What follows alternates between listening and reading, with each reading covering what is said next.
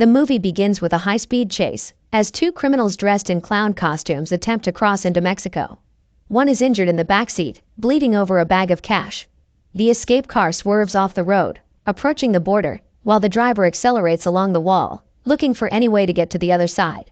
The burglars are being pursued by Mexican Federal Police and the U.S. Border Patrol, as they attempt to jump over the wall from a ramp. When the automobile crashes and lands on Mexican soil, the chase comes to an end. Officer Vasquez of the Mexican Federal Police and Bill of the United States Border Patrol both agree the offenders will be apprehended by Americans. When Vasquez notices a sack of cash in the backseat, he has a shady deal with Bill and uses it as leverage to get him to hand over the criminals. As a result, the American Border Patrol departs empty-handed, while two unknown cowboys observe from a safe distance. Vasquez employs modern Mexican police methods on the motorist, but is unable to determine who he is. Let's refer to the driver as Gringo, because he doesn't divulge his real identity. Vasquez and his associate, Romero, accept the money and book Gringo, who successfully provides them with unreadable fingerprints.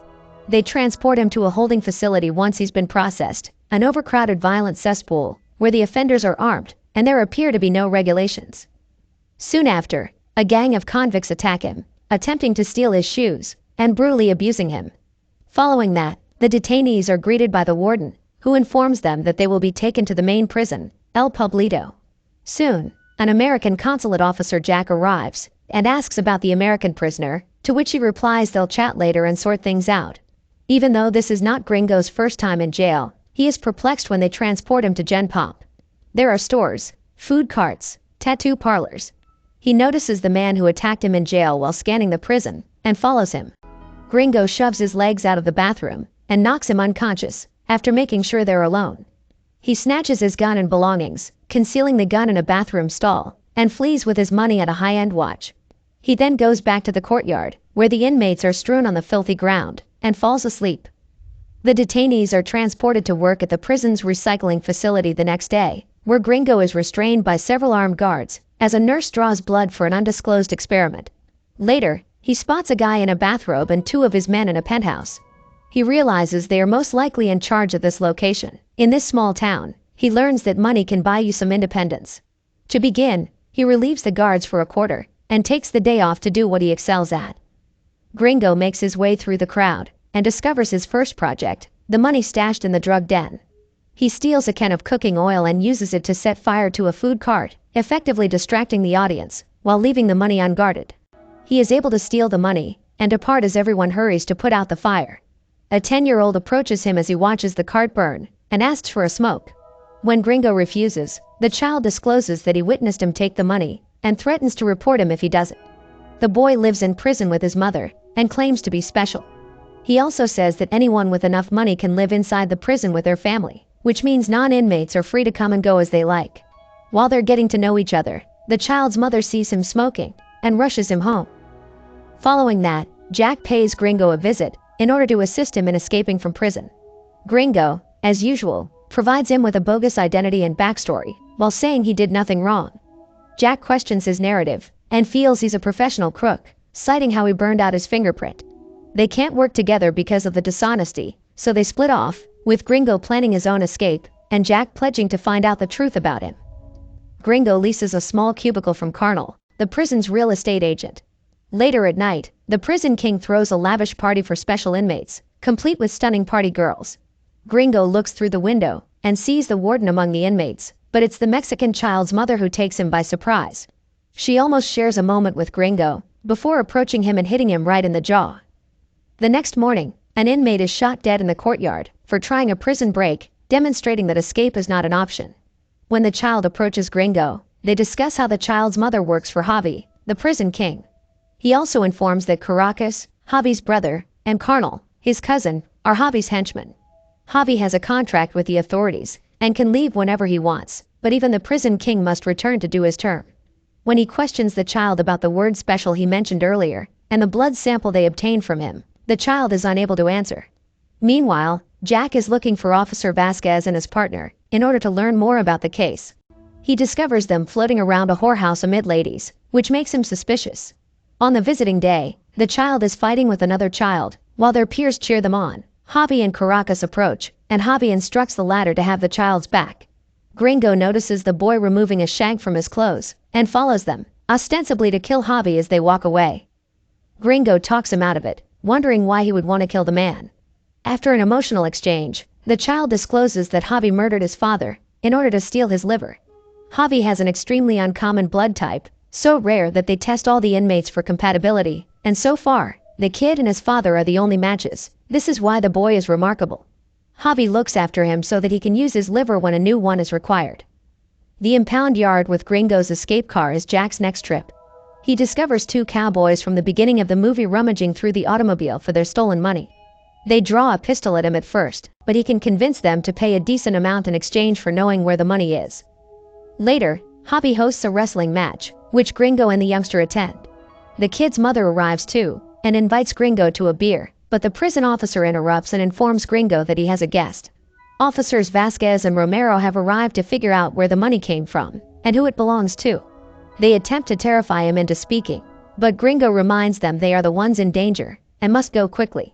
The next day, Gringo and the youngster arrange a plan to bait Javi's henchmen, which include Carnal and his pal Carlos.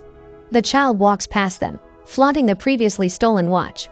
When Carlos notices it, he chases the youngster into the alleys. Gringo seizes the opportunity and pickpockets Carnal. Later, the kid's mother invites Gringo in for a beer. They alternate recounting anecdotes about their former partners. Gringo describes how he lost his wife to his business partner, Reginald Barnes, and how Barnes testified against Gringo in court and sentenced him to prison. He goes on to narrate a recent dream in which two men knock on Reginald's door and murder him. In response, she tells the story of her late husband and child's Bambi blood, a 1 in 500 million blood type. Gringo promises to look after her child. Meanwhile, Caracas goes to Carnal to collect the true state's salary and finds him drugged out of his wits. He tells Caracas that someone took the money, but his terrible image as an addict outweighs his accusations, putting him in a difficult position: either retrieve the money or lose his job. He embarks on a drunken rampage in search of the child, accompanied by Carlos. Carnal storms into their home and brutally beats him, while his mother sobs helplessly. When he is unable to locate his money, he decides to assault the woman. Meanwhile, Gringo is lounging in the courtyard when Carlos inquires about him. He understands everything has gone wrong and sprints towards the toilets and the hidden revolver. He fumbles around in his hiding place and shoots the man. Caracas, on the other hand, arrives on schedule and brings Carnal to a halt. As the situation worsens, they fight, and Carnal manages to defeat him, knocking him to the ground and getting ready to execute him. Gringo then saves Caracas, the child, and his mother, and is transported to a holding cell. Javi charges in with a loaded gun, and Gringo explains how he saved Javi, Caracas, and the child who was so important to them. When Javi finds the man aware of the liver, he decides to spare him and learn more about him. Later, Gringo receives a phone call from Jack, who offers to help him retrieve the money before it's too late, in exchange for a cut of the proceeds. Instead, Gringo tracks down Caracas and informs him that Vasquez and Romero have stolen $2 million from him. He tricks Caracas into returning his money and requests only 10% of it, reasoning that having his money in Javi's hands is preferable to losing it all. Unfortunately for Caracas, the money's owner, Frank Fowler, has already obtained the corrupt cop's contact information, thanks to Jack. The officers are being held captive by the two cowboys from earlier. Frank claims there were $4 million, but his men only discovered $1.7 million and two automobiles outside. Javi's men arrive just as they are ready to kill Vasquez, killing everyone and seizing the money. On the other hand, Jack buys off the prison guards on Frank's behalf, so that they will protect his men. Gringo, the kid, and his mother are ambushed in the prison yard by 3 cowboys. Gringo begins fighting back, killing 2 of the soldiers and the guard above. The final cowboy throws a grenade at him, but he returns it in midair and blows him up. They somehow survive the carnage that many others did not. After that, Javi threatens to kill Gringo if he doesn't reveal the truth about himself. Gringo announces himself as Reginald Barnes this time. Since they both know Frank would not give up his money, Gringo offers to go and kill him in exchange for his freedom. Javi agrees, advising him to keep away from the child and his mother. After dealing with Frank, Javi grants Gringo a driver's license and sends 2 hitmen to kill him. Soon, the warden informs Javi that the government plans to close the prison due to the earlier shooting. He consults Caracas for a moment, and because he has been feeling frail recently and will almost certainly require a liver transplant soon, he decides to go forward with the procedure before it's too late. Gringo gets through border police with a phony ID and finds work as a cheap secretary. He contacts shipping magnate Thomas Kaufman and claims to be Clint Eastwood to set up a meeting. Following that, he tails Hobby's hitman and stuffs a cheeseburger in their car's muffler. When they pull over to investigate, he executes them instantly. Meanwhile, the child's mother watches with dread as Hobby's doctor pays him a visit, hinting that the transplant is close.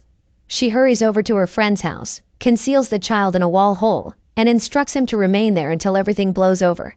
Soon, Hobby's men arrive and tie her up in a gloomy holding chamber. They abuse her mercilessly in order to shatter her spirit. As she struggles to maintain awareness, she notices her child has arrived to save her.